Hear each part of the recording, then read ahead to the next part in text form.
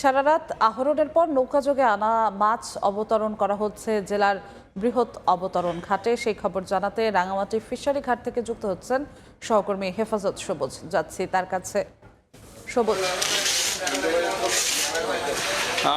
রাঙামাটির যে কাপ্তাই হ্রদ, জানেন যে 725 কিলোমিটারের এই কাপ্তাই হ্রদে আসলে সারা রাত ভরে জেলেরা মৎস্য আরোহণ করেন।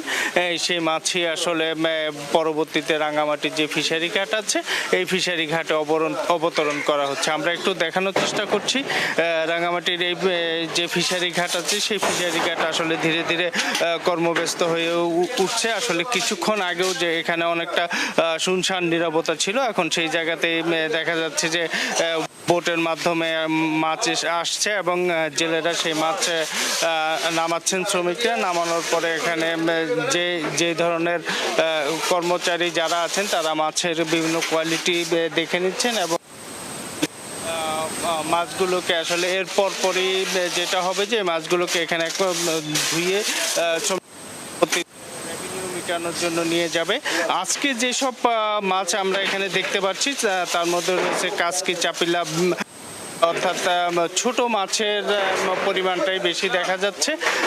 আমরা এখানে কথা বলেছিলাম যে জেলেদের সাথে এবং ব্যবসায়ীদের সাথে, তিনি আমাদেরকে যে বিষয়টি জানিয়েছেন সেটি হলো যে শীতের কারণে আসলে কাপ্তাই লেকে মাছের উৎপাদন কিছুটা কম ছিল বা জেলেদের জালে মাছ কম ধরা পড়তো, তবে এখন শীতের যে তীব্রতা সেটা কিছু পরে আসলে মাছও ধীরে ধীরে বাড়তে শুরু করছে। তারা আমাদেরকে আরো যে বিষয়টি জানিয়েছেন সেটা হলো যে এখন যে মাছ আসছে আসলে বেলা বাড়ার সাথে বিশেষ করে 12টা সাড়ে 12টা নাগাদ এখানে মাছের সমাগম ঘটে এবং তারা এই মাছগুলো এখানে অর্থাৎ যে বিভিন্ন পয়েন্ট আছে বিশেষ করে কান্দিয়ার মুখ, সুবলং, এরপরে এলাকা থেকে যেসব বোট রওনা করেছে সেগুলি আসলে এই 9টা-10টা আসলে ঘাটে অবতরণ করা শুরু করবে এবং এরপরে আসলে এখানে যে রাজস্ব যে নিয়মগুলো আছে অর্থাৎ জেলেরা মাছগুলো এখানে এনে নামাবে, পরে ব্যবসায়ীরা মাছগুলো বুঝে নেবে,